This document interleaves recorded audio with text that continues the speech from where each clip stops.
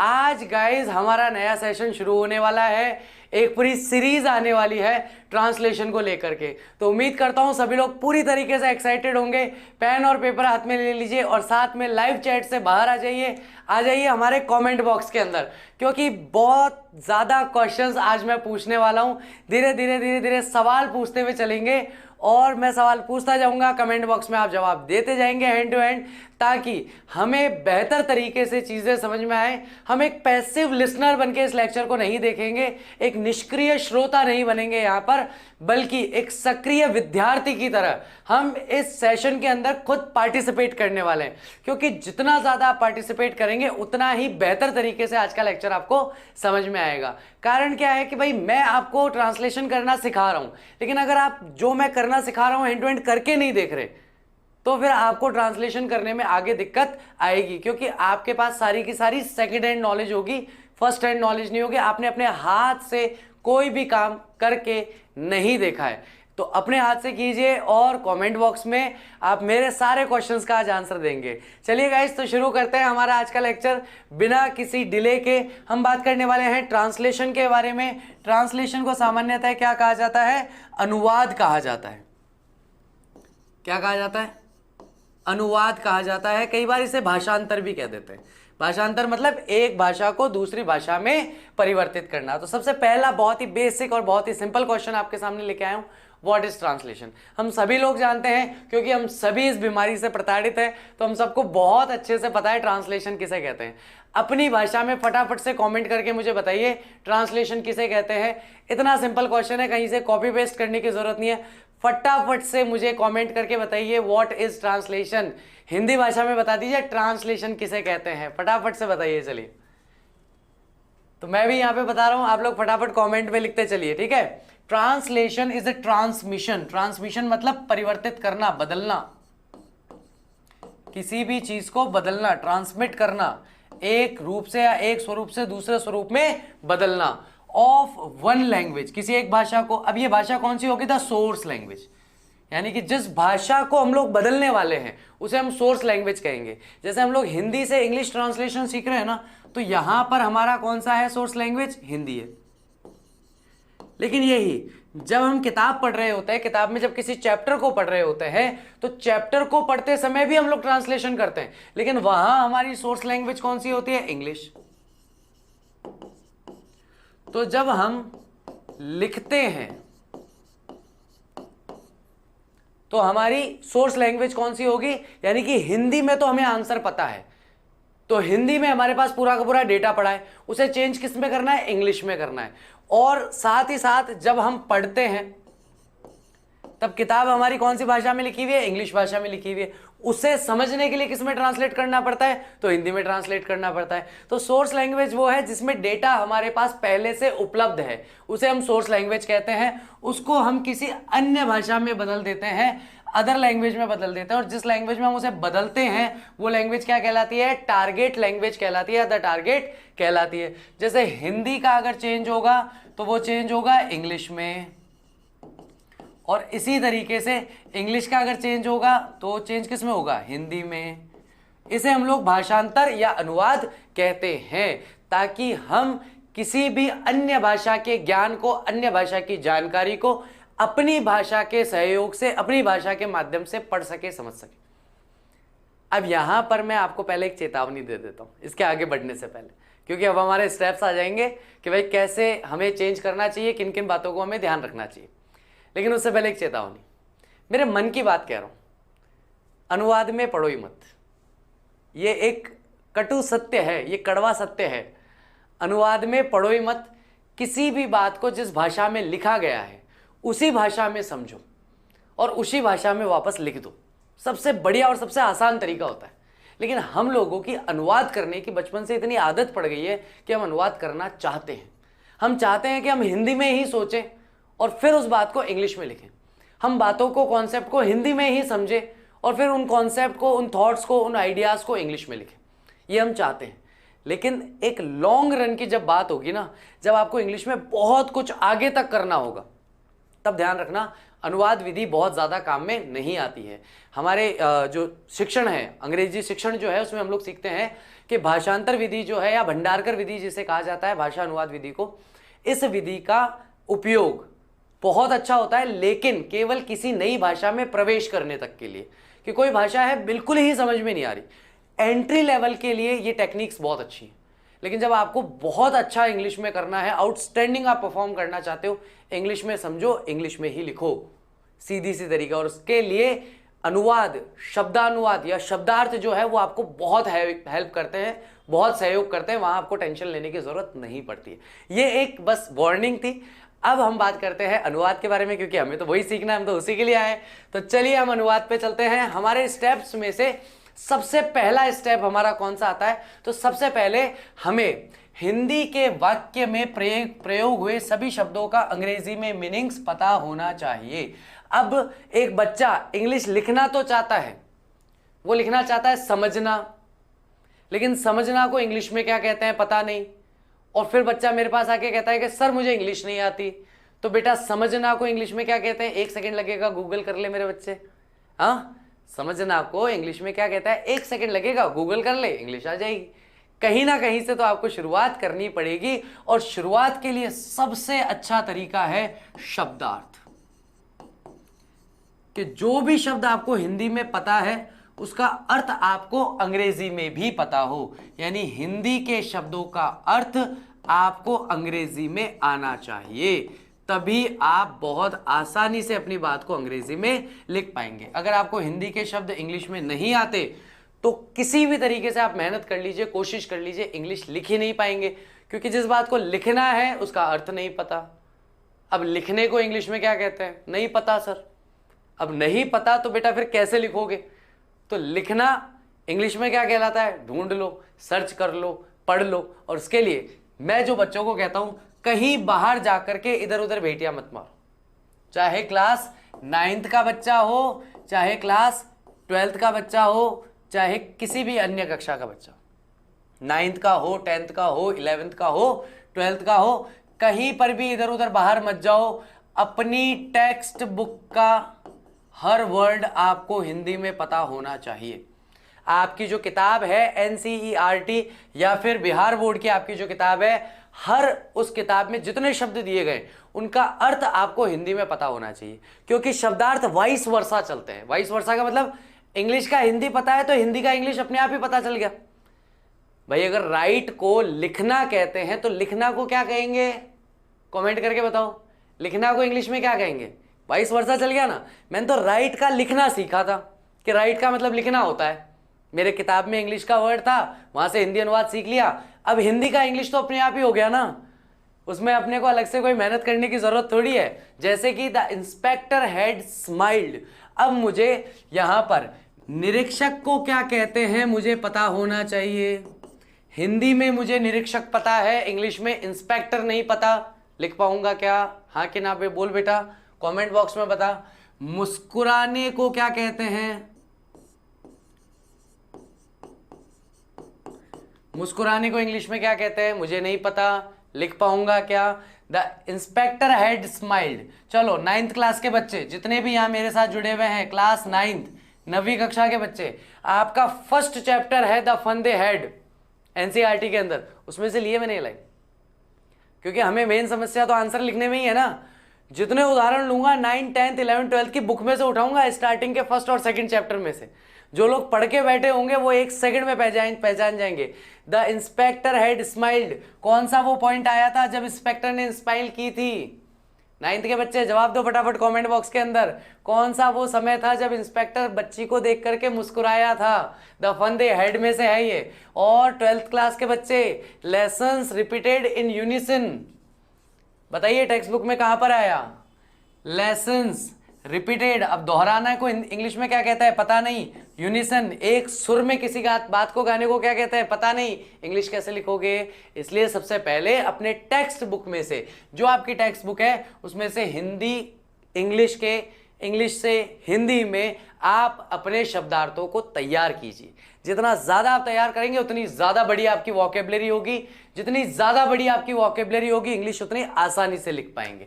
Second point क्या है, कभी भी वाक्य का अनुवाद करने के लिए हमें उस वाक्य के टेंस को समझना चाहिए कि वो प्रेजेंट टेंस में है, पास्ट में है अथवा वो फ्यूचर टेंस में है। यानी कि अगर हमारे सामने कोई भी वाक्य है हिंदी का और हिंदी के वाक्य को हमें ये देखना है कि भैया हमें इसे इंग्लिश में कन्वर्ट करना है, तो हिंदी से इंग्लिश में कन्वर्ट करते समय क्या होगा।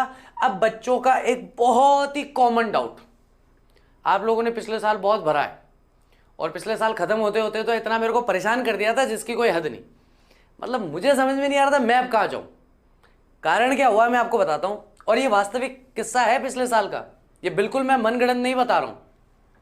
कोई भी बच्चा बोलता सर मुझे हिंदी से इंग्लिश ट्रांसलेशन करने में नहीं आ रहा, मेरी उसको एक ही राय होती बेटा टेंस पढ़ने से शुरुआत करो, वहां से तुम्हारा बेस क्लियर होगा। अब बच्चे का सीधा रिप्लाई आता कि सर टेंस मेरे को अच्छी तरीके से आता है लेकिन फिर भी अनुवाद नहीं कर पा रहा।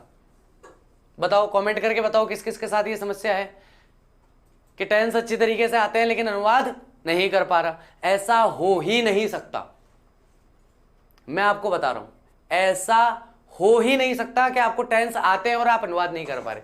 समस्या क्या है, आप हिंदी में जो वाक्य लिख रहे हैं उस वाक्य का अर्थ आपको नहीं पता, उस वाक्य का टेंस आपको नहीं पता, उस वाक्य का सब टेंस आपको नहीं पता। ये सिंपल में जाएगा, कॉन्टिन्यूस में जाएगा, परफेक्ट में जाएगा या परफेक्ट कॉन्टिन्यूस में जाएगा। और ये यहां पर अंग्रेजी के नियम इतने साधारण हैं, इतने सरल हैं, कंफ्यूजन होता है हिंदी में। हमारे गुरुजी थे वो कहते थे ये हिंदी कंफ्यूज करता है, ये हिंदी कंफ्यूज करता है। बिहार का बालक कहता है हम तो पढ़ लिए सर, हम तो अंग्रेजी पढ़ लिए। लो साहब, हम तो अंग्रेजी पढ़ लिए। इस वाक्य का मुझे टेंस बताओ। अब आपके जितना हिंदी का ज्ञान है ना वो पूरा हिंदी का ज्ञान लगा लो आप और मुझे यह बता दो कि इस वाक्य का टेंस क्या है और किस हिसाब से हिंदी के किस नियम से यह वाक्य बना हुआ है। गड़बड़ या परेशानी इंग्लिश में नहीं है, गड़बड़ या परेशानी हिंदी में है, क्योंकि यह वाक्य हिंदी व्याकरण के हिसाब से अशुद्ध है। यह वाक्य हिंदी में कुछ बन ही नहीं रहा, यह हमारा बोलचाल का वाक्य है, ये हिंदी व्याकरण के अनुसार वाक्य नहीं है। तो सबसे पहले आपको इस वाक्य में समझना होगा कि हम तो हिंदी पढ़ लिए। जब मैं ऐसा कहता हूं इसका मतलब होता है मैं तो अंग्रेजी पढ़ चुका हूं। अब जब मैं इसको कहता हूं ना कि मैं तो अंग्रेजी पढ़ चुका हूं, मैं तो अंग्रेजी पढ़ चुका हूं, जब मैं ऐसे कहता हूं, अब यहां देखो पढ़ चुका हूं देखते ही हम सीधा कह देंगे कि भैया ये सेंटेंस प्रेजेंट में जाना और प्रेजेंट के भी परफेक्ट टेंस में जाना है। जब पढ़ लिए, पढ़ लिया हूं, जब ऐसा कुछ देखा समझ में ही नहीं आ रहा कौन सा टेंस है, लेकिन जैसे ही आपने अपनी हिंदी को सुधारा आपको सीधा पढ़ चुका हूं, चुके हैं, ये सारे के सारे वाक्य देखते ही सीधा प्रेजेंट परफेक्ट टेंस दिमाग में आ जाता है। गड़बड़ कहाँ हुई? हिंदी में। हम कहाँ से सही करने की कोशिश कर रहे हैं? टेंस में, इंग्लिश में। और फिर कहते हैं हमें समझ नहीं आता है सर, समझ में आने में समस्या होता है थोड़ा। आप समझिए और समझाइए कि कैसे समझें। तो ऐसे समझो, आपके हिंदी के वाक्यों को व्याकरण की दृष्टि से शुद्ध कीजिए ताकि इंग्लिश में आपको एग्जैक्टली पता चले कि वो कौन से टेंस से बिलोंग करेगा, राइट और रॉन्ग। तो हमें इस चीज का यहाँ पर ध्यान रखना चाहिए। नेक्स्ट हम बात कर रहे हैं टेंस की पहचान करने के बाद हमें उस वाक्य के सब्जेक्ट अथवा कर्ता की पहचान होनी चाहिए। अब जो बच्चे, जैसा कि मैंने रिक्वेस्ट किया था, कल एक मेरा शॉर्ट आया था, उस शॉर्ट में मैंने कहा था कि जो बच्चे टेंस पढ़ के आएंगे या जो बच्चे मेरे टेंस के पिछले साल के वीडियो देख के आएंगे वो बहुत अच्छी तरीके से मेरी बात से कनेक्ट कर पाएंगे। अब क्या होता है, किसी भी वाक्य में उस वाक्य के सब्जेक्ट को या कर्ता को पहचानना बहुत ज़रूरी होता है, क्योंकि सबसे पहली बात सब्जेक्ट के अनुसार ही आप हेल्पिंग वर्ब का प्रयोग करते हैं, और एक परिस्थिति ऐसी आती है जब आप सब्जेक्ट के अनुसार ही वर्ब का भी प्रयोग करते हैं। कौन से टेंस में? सिंपल प्रेजेंट टेंस में। सिंपल प्रेजेंट टेंस में आपका सब्जेक्ट जो है वो इंपॉर्टेंटली डिपेंड करेगा आपके सब्जेक्ट पर, यानी आपकी वर्ब कौन सी होगी ये निर्भर करेगा सब्जेक्ट पर। सब्जेक्ट थर्ड पर्सन सिंगुलर है, डी कैटेगरी का सब्जेक्ट है, तो हमें वर्ब की फर्स्ट फॉर्म के साथ S E S I S लगाना है। डी कैटेगरी का नहीं है, A B C E category का है। अब जो वाला वीडियो देख के आए होंगे वो एक सेकंड में पकड़ रहे होंगे क्या है ये बी सी डी, और जो नहीं है अभी जाकर के देख लेना, कोई दिक्कत नहीं है, और यहां से एक बार वापस ये 5 मिनट का देख लेना, कोई दिक्कत नहीं है, ठीक है। तो यहाँ पे एक बात समझो कि हमें ये पता होना चाहिए कि हमारा सब्जेक्ट कौन है। सब्जेक्ट कौन कौन हो सकता है? सब्जेक्ट कोई नाउन हो सकता है, बोलो हाँ कि ना। सब्जेक्ट कोई प्रोनाउन हो सकता है, बोलो हाँ कि ना। सब्जेक्ट कोई जेरेंड हो सकता है, बोलो हाँ कि ना। सब्जेक्ट कोई फ्रेज हो सकता है, बोलो हाँ कि ना। है इसके अलावा सब्जेक्ट कोई क्लॉज हो सकता है, बोलो हाँ कि ना। और भी कुछ हो सकता है क्या? देख लो, अरे भाई देख लो एक बार और कुछ रह तो नहीं क्या? नाउन हो सकता है आपका सब्जेक्ट, प्रोनाउन हो सकता है, जेरेंड हो सकता है, फ्रेज हो सकता है, क्लॉज हो सकता है, इवन दो कई बार तो आपका सेंटेंस भी सब्जेक्ट की तरह काम करने लगता है। हालांकि ये सेंटेंस क्लॉज में आ जाएगा, लेकिन सेंटेंस भी किसकी तरह काम करने लगता है? सब्जेक्ट की तरह व्यवहार करने लगता है। हमें हमारे सब्जेक्ट की जानकारी होनी चाहिए, सिंगुलर है कि प्लूरल है, काउंटेबल है कि अनकाउंटेबल नाउन है, डेफिनेट है कि इनडेफिनेट है। जब हम प्रोनाउन की बात करते हैं, ये सारी की सारी जानकारी हमें अपने सब्जेक्ट के बारे में होनी चाहिए।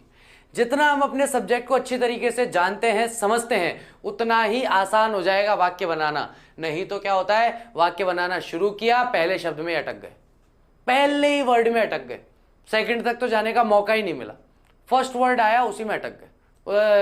क्या है, अब्बा अब्बा अब्बा अब्बा डब्बा जब्बा हो जाते हो पहले ही शब्द पे। वो नहीं होना है हमें, ठीक है। तो हमें सब्जेक्ट की जानकारी करनी होगी, जिसके बारे में हम बात करेंगे। इन सारे टॉपिक्स पे, इन सारे पॉइंट्स पे हम लोग डिस्कशन करेंगे। अगर हम टेंस और सब्जेक्ट कर्ता को पहचान लिए तो हम उस वाक्य में प्रयोग होने वाली सहायक क्रिया हेल्पिंग वर्ब को भी आसानी से पहचान सकते हैं। अब हमें उस वाक्य में क्रिया वर्ब की पहचान करना होगा। तो सबसे बात ध्यान रखना, subject plus helping verb plus main verb, ये तीन चीजें वाक्य में मोस्ट इंपॉर्टेंट है, क्योंकि ये बेस है।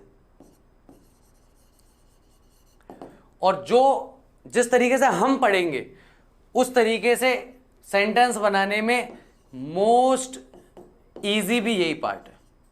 जिस पार्ट को करने में आपको बहुत मजा आएगा और जिस पार्ट को बहुत आसानी से आप कर लोगे, वो दोनों पार्ट यही होंगे, subject plus helping verb plus verb. ये सबसे ज्यादा इंपॉर्टेंट भी है और सबसे ज्यादा इजी भी है। ये आसान भी बहुत है तो महत्वपूर्ण भी बहुत है। इसके लिए हमें अपने सारे तरह के सब्जेक्ट्स की जानकारी होनी चाहिए। कितने तरह के हमारे हेल्पिंग वर्ब्स हो सकते हैं? अरे कितने से तो हेल्पिंग वर्ब है रे यार, बी फैमिली, डू फैमिली और हैव फैमिली, ये तीन ही तो फैमिलीज हैं। बी फैमिली में आ गया आपका इज, एम, आर, वॉज, वर, खत्म हो गई। डू फैमिली में डू, डज, डिड, खत्म हो गई। हैव फैमिली में हैव, हैज, हैड, खत्म हो गई। उसके अलावा विल, शैल बचा। और कौन से हेल्पिंग वर्ब आ गए? और कौन से कोई बड़े हेल्पिंग वर्ब है, कोई बहुत ज्यादा हेल्पिंग वर्ब है? कुछ नहीं है, 10-12 तो हेल्पिंग वर्ब है बेचारे टोटली, और बहुत आसानी से समझ में आता है। उसके बाद वर्ब की अगर हम बात करें तो यहां से भी हालात बहुत कम है वर्ब में। तो वर्ब में टोटल क्या है, अगर कॉन्टिन्यूअस टेंस में गए तो चाहे पास्ट, प्रेजेंट, फ्यूचर कोई सा भी हो, हमेशा वर्ब की फर्स्ट फॉर्म प्लस आईएनजी। अगर परफेक्ट टेंस गए तो कोई सा भी परफेक्ट टेंस हो, हमेशा वर्ब की थर्ड फॉर्म। अगर परफेक्ट कॉन्टिन्यूअस टेंस गए तो कॉन्टिन्यूअस टेंस यहां पे भी आ रहा है और कॉन्टिन्यूअस टेंस केवल कॉन्टिन्यूअस में भी आता है, यहां पर भी वर्ब की फर्स्ट फॉर्म प्लस आईएनजी। यानी कि 100% में से 75%, 75% जो मेन वर्ब वाला काम है, वर्ब वाला काम है, वो 5 मिनट में समझ में आता है। मात्र 5 मिनट में खत्म हो जाता है। छठा मिनट चाहिए ही नहीं उसको, छठे मिनट की आवश्यकता वहां पर पड़ती ही नहीं है। तो हमें इन सारी चीजों की जानकारी रखनी होती है जब हम अनुवाद करने का कार्य करते हैं। इसके बाद में हम जब सब्जेक्ट की वर्ब की पहचान कर लेते हैं, उसके बाद हम ऑब्जेक्ट को पहचानते हैं। अब ऑब्जेक्ट क्या बहुत ही इंपॉर्टेंट रोल प्ले करता है सेंटेंस में। हम जब टेंस की बात करेंगे नहीं करता, जब हम किसकी बात करेंगे, टेंस की बात करेंगे, तो ऑब्जेक्ट का कोई इंपॉर्टेंट रोल नहीं है। लेकिन जब हम अनुवाद की बात करेंगे तो बहुत इंपॉर्टेंट रोल है। ऑब्जेक्ट हमारा बहुत इंपॉर्टेंट होता है क्योंकि यह क्रिया के उद्देश्य को बताता है?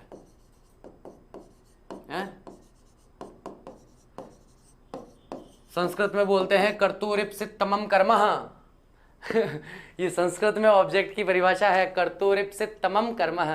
कर्ता को जो सर्वाधिक प्रिय है, जिसके लिए वो क्रिया का संपादन कर रहा है, उसको कर्म कहते हैं। अंग्रेजी में उसी को ऑब्जेक्ट कहते हैं तो संस्कृत में समझो, संस्कृत में समझ लो, हिंदी में समझो, हिंदी में समझ लो, इंग्लिश में समझो, इंग्लिश में समझ लो, जिसमें समझना है समझ लो। कर्ता क्रिया क्यों कर रहा है, जो वर्ड इस बात का जवाब देगा बस वही हमारा ऑब्जेक्ट है। सीधी सी बात है। मैं घर जाता हूं तो मैं जाने की क्रिया कर रहा हूं। बताओ मैं कहां पहुंचना चाहता हूं, घर, तो मैं घर चाहता हूं इसलिए जाने की क्रिया कर रहा हूं, तो घर मेरा ऑब्जेक्ट हो जाएगा। राइट और रॉन्ग? मैं फल खाता हूं तो बताओ मैं खाने की क्रिया कर रहा हूं क्या प्राप्त करने के लिए, फल को अपने पेट में, तो इसके लिए फल मेरा क्या हो गया, ऑब्जेक्ट हो गया। इस तरीके से हम लोग देखते हैं ऑब्जेक्ट भी कई तरीके के ऑब्जेक्ट्स होते हैं। डायरेक्ट ऑब्जेक्ट भी आता है, इनडायरेक्ट ऑब्जेक्ट भी आता है, प्रीपोजिशनल फ्रेज के तरह ऑब्जेक्ट भी आता है, प्रीपोजिशनल ऑब्जेक्ट भी आता है। ये सारे के सारे अलग अलग तरीके के ऑब्जेक्ट्स हमारे होते हैं। जैसे कि मैंने एक वाक्य भी बोला कि मैं घर जाता हूं या मैं जाने की क्रिया करता हूं, तो इस वाक्य में जो मेरा ऑब्जेक्ट बनेगा वो प्रीपोजिशनल ऑब्जेक्ट होगा, यानी कि डायरेक्ट या इनडायरेक्ट ऑब्जेक्ट नहीं होगा। टेंशन की बात नहीं, इसके बारे में भी हम बात करेंगे। मैं आपको केवल एक ऑल ओवर बताने की कोशिश कर रहा हूं कि अनुवाद कोई छोटा सा टॉपिक नहीं है, उसमें बहुत सारे टॉपिक्स मिले हुए होते हैं। तो हम अभी केवल इसके परिचय पर बात कर रहे हैं। हम लोग बिल्कुल बेसिक से, बिल्कुल जीरो से शुरू करेंगे। मैं फल खाता हूं, राम पढ़ता है, ऐसे वाक्यों से शुरुआत करेंगे। उसके बाद में हम बड़े या कॉम्प्लेक्स सेंटेंसेस बनाने की ओर आगे बढ़ेंगे। इन सभी की पहचान के बाद अगला कार्य हमें इन शब्दों की इंग्लिश मीनिंग यानी अंग्रेजी अर्थ को सही क्रम से रखना पड़ता है। सही क्रम क्या है इसका, subject plus verb plus object. इन दोनों को मिला के मैंने एक कैटेगरी का है वर्ब। तो कहीं पर हेल्पिंग वर्ब आती भी है, कहीं पर नहीं भी आती, कहीं पर हेल्पिंग वर्ब मेन वर्ब दोनों आती है। सही क्रम से रखना ही अनुवाद करना कहलाता है या अनुवाद कहलाता है। जो भी हमने पढ़ा, समझा, सीखा, उसको बिल्कुल सही उचित क्रम में हमें रखना होता है। जैसा कि सेंटेंस स्ट्रक्चर या वाक्य संरचना का नियम हमें बताता है कि किसे कहां रखे जाना है। अब फटाफट से बताओ, मेरे पीछे जो स्लाइड है, कौन कौन सा स्टूडेंट इस स्लाइड को पहचानता है? और फटाफट से, इससे पहले कि मैं इस स्लाइड के बारे में बात करूं, मैं 2 मिनट के लिए साइड में हट रहा हूं। फटाफट से कमेंट करके बताओ कि इस स्लाइड में क्या आपको समझ में आया, क्या आपको लग रहा है ये स्लाइड क्या कुछ बता रही है। ठीक है, तो आप लोग पहले अपनी तरफ से कोशिश करो, फिर अपन इस पे बात करेंगे। चलिए गाइस, तो जब भी हम किसी वाक्य का निर्माण करने का प्रयास करते हैं तो हमें सबसे पहले इन 3 मुख्य बिंदुओं को देखना होता है। सबसे पहले जिस कार्य पर या जिस परिचय पर हम बात कर रहे हैं उसका समय क्या है, पास्ट है, प्रेजेंट है, फ्यूचर है, उसका समय क्या है। दूसरा, अगर समय नहीं दे रखा तो उसकी परिस्थिति किस तरह की बन रही है, क्योंकि परिस्थितियां भी हमें बताती हैं कि भाई वाक्य जो है वो कौन से टेंस में जाएगा। जैसे कि आफ्टर या बिफोर, किसी कार्य से पूर्व या किसी कार्य के पश्चात किसी कार्य का होना दिखाई देता है तो वहां पर समय नहीं है, वहां पर स्थिति है। ऐसा कोई कार्य जो प्रतिदिन होता है तो समय नहीं है, स्थिति है। तो ऐसे वाक्यों को हमें कौन से टेंस में लेके जाना है, तो टाइम और सिचुएशन हमें बताती है कि हमारा सेंटेंस जो है वो किस टेंस में जाएगा। यानी कि हमारा जो सेंटेंस है वो पास्ट में जाएगा, प्रेजेंट में जाएगा या फिर फ्यूचर में जाएगा। तीनों में से कौन से टेंस में जाएगा ये हमें इससे पता चलेगा। दूसरा, उस समय या परिस्थिति के आधार पर कौन सा कार्य हो रहा है उस समय में, या फिर किसी चीज का डिस्क्रिप्शन या इंट्रोडक्शन तो नहीं दिया जा रहा, वर्णन या परिचय तो नहीं दिया जा रहा। आई वॉज अ स्टूडेंट, बताओ इसमें कौन सा कार्य है जो निरंतर हो रहा है। मुझे बताओ आई वॉज अ स्टूडेंट में कौन सा एक्शन हो रहा है, फटाफट बताओ, कमेंट करो, फटाफट कमेंट करके बताओ। आई वॉज अ स्टूडेंट, मैं एक विद्यार्थी था। बताइए इसमें कौन सा कार्य है जो निरंतरता से हो रहा है, या कौन सा कार्य हो रहा है, निरंतरता भी छोड़ो, कौन सा कार्य हो रहा है इस वाक्य में? कोई कार्य हो रहा है क्या? मैं एक विद्यार्थी था, कोई क्रिया हो रही है क्या इसमें? क्या आप इसमें किसी मेन वर्ब का प्रयोग कर सकते हैं क्या? नहीं कर सकते। क्यों नहीं कर सकते? क्योंकि ये केवल और केवल मेरा परिचय मात्र है, और ये मेरा परिचय भी पास्ट टेंस में है। लो, परिचय भी है, भूतकालिक परिचय, वर्तमानकालिक परिचय नहीं है। तो ऐसे वाक्य भी होते हैं अंग्रेजी में जिसमें किसी कार्य का वर्णन नहीं किया जाता, यानी किसी वर्ब का, खास करके कौन से, किसी मेन वर्ब का प्रयोग नहीं किया जाता है, और केवल हेल्पिंग वर्ब के प्रयोग से या हेल्पिंग वर्ब की सहायता से हमारा वाक्य पूर्ण हो जाता है। तो जब हम किसी कार्य का वर्णन करते हैं या परिचय देते हैं तब हम इसका प्रयोग करते हैं, और इन दोनों के आधार पर हम क्या करते हैं? सेंटेंस कंस्ट्रक्शन करते हैं, वाक्यों का निर्माण करते हैं। चलिए जरा 4 वाक्य हैं, निर्माण करके देखते हैं। पहला वाक्य है आई वोक अप एट 7 AM। अब वोक अप बोल रहा हूं मैं यहां पे, है ना, हिंदी में अनुवाद करता हुआ चल रहा हूं। आई वोक अप, वोक अप का मतलब हो गया कि यहां पे मैं वर्ब की सेकंड फॉर्म का प्रयोग कर रहा हूं, और वर्ब की सेकंड फॉर्म का प्रयोग कर रहा हूं, तो इससे मुझे यह पता चल गया कि मेरा वाक्य किसका है? सिंपल पास्ट टेंस का है। देखो कितना आसान है, केवल एक शब्द देखा मैंने, वर्ब की सेकंड फॉर्म, और तुरंत मेरे को पता चल गया कि टेंस कौन सा है इसके अंदर। सिंपल पास्ट टेंस है। आई वोक अप एट 7 AM, मैं 7 बजे उठा था। ये लोग हैं। अब अगर यही मैं आपको वाइस वर्सा करने के लिए कहूं कि उल्टा करो, तो सबसे पहले क्या है? आई, मैंने अपने कर्ता को पहचाना, मेरा कर्ता कौन सा है। उसके बाद क्रिया क्या हो रही है? उठा, यानी सोकर उठने की क्रिया हो रही है। था मतलब पास्ट टेंस, कितने बजे उठा था? 7 बजे उठा था। ये मेरी एडिशनल इंफॉर्मेशन है, और एडिशनल इंफॉर्मेशन आई तो देखो प्रीपोजिशन के साथ मैंने इस इंफॉर्मेशन को रखा, यानी कि पहले एक प्रीपोजिशन का इस्तेमाल किया, उसके बाद उस इंफॉर्मेशन को रख रहा हूं। इसी तरीके के दूसरे वाक्य में द अर्थ राउंड्स द सन। तो अब मुझे एक बात बताओ, कौन किसकी परिक्रमा कर रहा है? तो पृथ्वी जो है वो सूर्य की परिक्रमा करती है। अब यहां पर मेरा कर्ता कौन हुआ? सबसे पहले मेरा सब्जेक्ट कौन है? परिक्रमा करने का काम कौन कर रहा है? अर्थ कर रहा है, तो पृथ्वी, ये मेरा शब्द आ गया। अब ये क्या कर रही है? परिक्रमा कर रही है। कर रही है कि करती है? तो परिक्रमा करती है।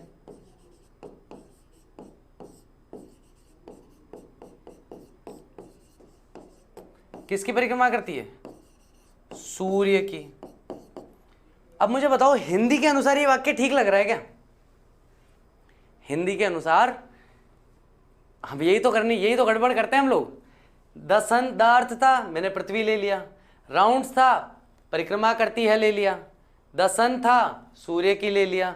बताओ हिंदी के अनुसार वाक्य सही है क्या मेरा? क्या हिंदी में इस वाक्य को ऐसे लिखा जाएगा क्या, या ऐसे लिखा जाएगा? हिंदी में फटाफट लिख के बता दो कमेंट बॉक्स में।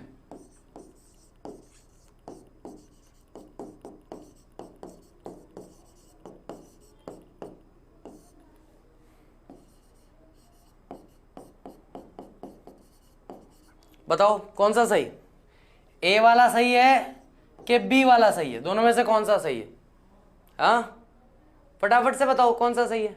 और उसके बाद में सेंटेंस नंबर 3 और 4, इन दोनों सेंटेंसेस का हिंदी अनुवाद क्या होगा वो मुझे आप करके बताइए। ठीक है गाइस? तो थर्ड वाक्य बहुत आसान है। फोर्थ सेंटेंस जो है वो थोड़ा सा आपको कॉम्प्लीमेंट की तरफ लेके जाएगा, और जिन्हें पता है एक सेंटेंस में कॉम्प्लीमेंट क्या होता है मुझे बताइए, कमेंट करके मुझे बताइए what is compliment in a sentence. किसी भी वाक्य में कॉम्प्लीमेंट क्या होता है? 3-4 क्वेश्चन दे दिया मैंने अभी एंड टू एंड ही। और ध्यान रखना, मेरे आगे के जितने लेक्चर आएंगे उसमें ऐसे ही हर 2-3 मिनट में आपको क्वेश्चन मिलते रहेंगे, और आपको एक्टिवली कमेंट बॉक्स के अंदर उन क्वेश्चंस का आंसर मुझे देना है। ठीक है गाइस? तो यहां पर हम अभी बताएंगे कॉम्प्लीमेंट किसे कहते हैं। ठीक है, कॉम्प्लीमेंट को आप लोग मुझे बताएंगे कॉम्प्लीमेंट किसे कहते हैं। और आज के लिए आपका जो होमवर्क होने वाला है वो होमवर्क ये होने वाला है अपने बारे में।